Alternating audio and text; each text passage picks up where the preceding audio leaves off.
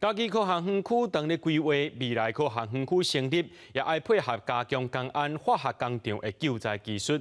为了要提升消防人员对化学灾害应变能力，嘉义县消防局头一届甲江建院合作，今仔日早起举办救灾演练，也引进新的设备，降低消防人员伫咧救灾风险。穿防护装备的消防人员演练化学工厂的救灾，边仔阁有机器人协助拍火。嘉义县消防局29早时，甲工业技术研究院做伙举办救灾演练，希望透过江建院的设备甲经验，提升嘉义县处理化学事故的能力。咱的化灾训练甲化灾抢救啊，会使交咱公园演来做合作，互咱的消防人员更加安全、更加平安。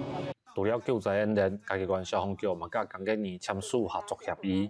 江建院会提供灾害救助的装备，佮运用科技设备，互消防人员对化学救灾的演练，毋是干那看影片，佮会当实际操作。咱会当实际用 VR 系统入去这个厂区内底，互咱了解这个厂区内底迄遮设备伊肯定对抓。咱要安怎去关起来？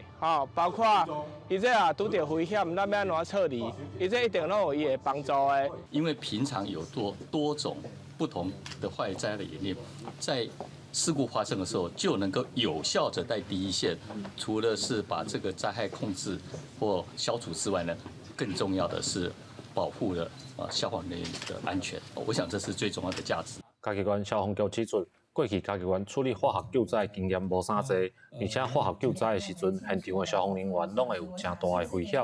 为了配合科学园区的成立，才会伫国内大新甲江建院合作，唔但加强防灾应变能力，嘛保护消防人员的安全。记者林慧婷，嘉义报道。